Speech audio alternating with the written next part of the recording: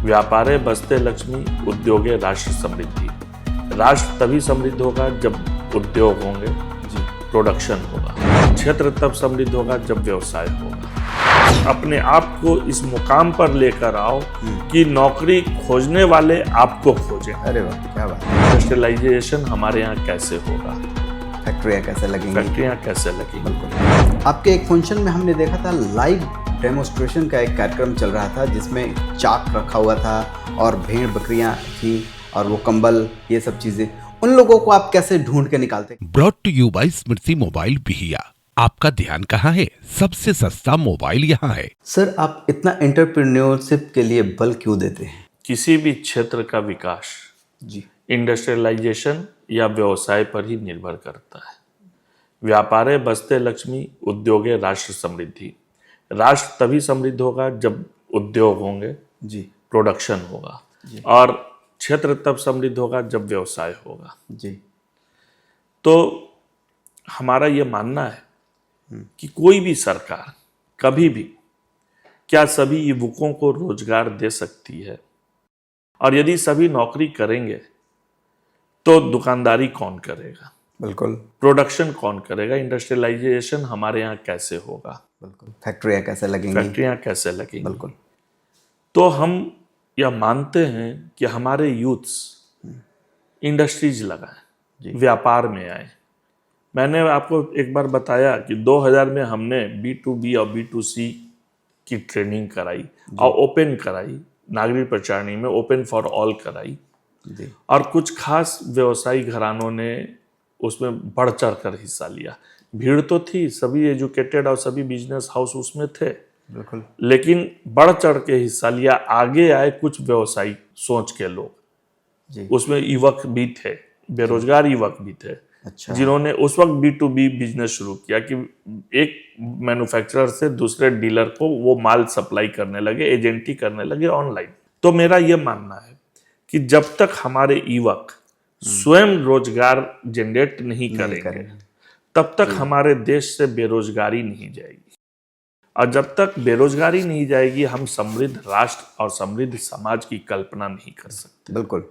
तो हमारा बार बार युवकों से ये एक ही अनुरोध होता है, या मुझे जब भी बात करने का अवसर मिलता है तो मैं उन्हें यही कहता हूँ कि या तो प्रोडक्शन में आओ जी, और नहीं तो व्यापार में आओ, जी, क्योंकि रोजगार एक फिक्स आमद का भी जरिया होता है, लेकिन व्यापार और इंडस्ट्री ओपन स्काई होता है कि यदि आप ईमानदारी से अपने व्यापार में रहोगे तो अपने साथ साथ अपने मित्र, अपने समाज, अपने क्षेत्र के कुछ दूसरे बेरोजगार युवकों को भी रोजगार मुहैया कराओगे और उनका घर भी चलेगा और तुम भी तरक्की करोगे। तो हमारा इसलिए लोगों से हमेशा अनुरोध रहता है कि आप इंडस्ट्रियलाइजेशन करो, आप व्यापार करो, बिजनेस करो और अपने क्षेत्र को समृद्ध करो।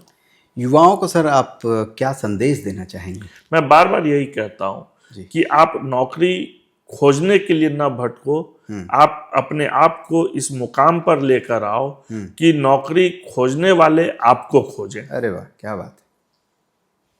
वो नौकरी कम खोजें, आपको ज़्यादा खोजें, कि उनसे मुलाकात हो जाए, फलाने व्यक्ति से मुलाकात हो जाए तो मेरा तो भाग्य बन जाएगा। खोजने वाली बात पे हमें एक बात ध्यान पे आ रहा है सर, कि आपके एक फंक्शन में हमने देखा था, लाइव डेमोस्ट्रेशन का एक कार्यक्रम चल रहा था जिसमें चाक रखा हुआ था और भेड़ बकरियां थीं और वो कंबल, ये सब चीज़ें। उन लोगों को आप कैसे ढूंढ के निकालते हैं, कैसे खोजते हैं?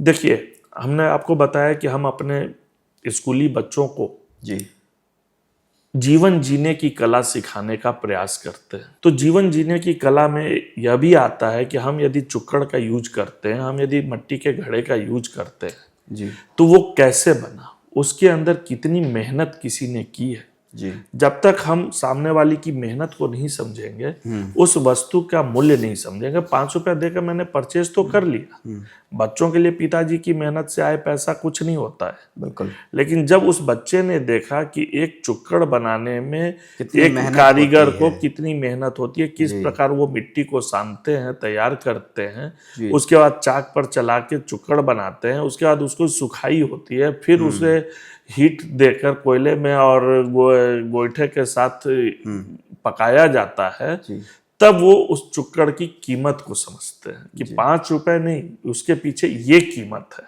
जी उसी प्रकार यदि बच्चों को हम खेतों में ले जाकर दिखाते हैं जी कि पटवन क्या है, छटाई क्या है, बुआई रोपनी क्या है, जी तो बच्चों को ये अनाज की कीमत 22 रुपए किलो से नहीं, उसके पीछे की मेहनत से होती है, और वो थाल में जूठा छोड़ना कम करते हैं जी कि ये बहुत मेहनत से उपजाया गया चीज है, चाहे वो मेरे पिताजी, मेरे परिवार के लोगों द्वारा हो या समाज के दूसरे व्यक्ति के द्वारा उसकी पैदावार की गई है। तो हम हमेशा प्रैक्टिकल ज्ञान इसीलिए देने का प्रयास करते हैं। जो आपने कहा कि डांस, गाना, घूमना फिरना आप ज्यादा कराते हो, बिल्कुल तो मैं इस प्रकार का ज्ञान देने का प्रयास करता हूं कि आप जिन चीजों का अपने लाइफ में यूज करते हो, आप ब्लैंकेट ओढ़ते हो, जी आपने कहा कि भेड़ से उतारना और उसके बाद उससे स्विंग करके कंबल बनाने तक का आप दिखला रहे थे अपने साइंस एग्जीबिशन जी। में, तो सिर्फ इसलिए दिखा रहे थे कि उन बच्चों को ये मालूम हो कि हम जिस चीज का इस्तेमाल कर रहे हैं वो कहाँ से आया, कितनी मेहनत से आया, और उसके पीछे सिर्फ पैसा नहीं, मेहनत, और तब वो उसकी बर्बादी रोकते हैं, बर्बादी कम होती है। कम होती है। तो हमारे परिवार का, हमारे समाज का जी जो सोच में अवमूल्यन हो रहा है, हम उसको भी रोकने का प्रयास इसके माध्यम से करते हैं।